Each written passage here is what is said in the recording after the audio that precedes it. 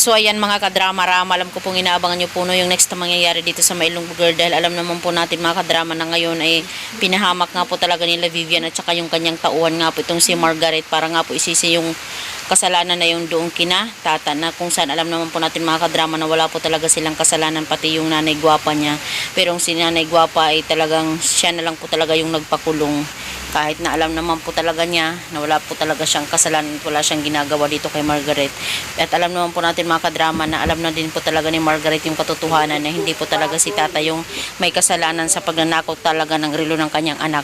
At alam naman po natin mga kadrama na itong nanay ni Margaret o yung nanay ni Sir Gob ay dumating na din po talaga no. Talagang nakakatuwa lang po talaga na makita ni sila tata at saka sila Francis. At alam naman po natin dahil nga po dito ay gagawa po talaga sila ng paraan at malalaman din po talaga nila yung katotohanan pagdating po talaga ng revelasyon dito sa Mailonggo Girl. Dahil alam naman po natin mga kadrama na malapit na din talaga matapos yung Mailonggo Girl. Kaya sobrang nakaka-amaze lang din po talaga no, na malaman na talaga nila yung katotohanan para ma-step na nga din po talaga yung mga ginagawa nila Vivian na hindi talaga maganda.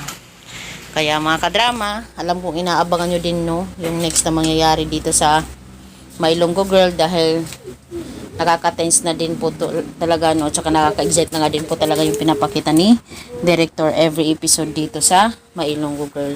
Kaya abangan na lang po natin mga kadrama yung pag-reveal talaga kung sino talaga yung may kasalanan sa paglason po talaga dito kay Margaret. Talagang pagsisisihan din po talaga nila yung mga nagawa nila mga kadrama no.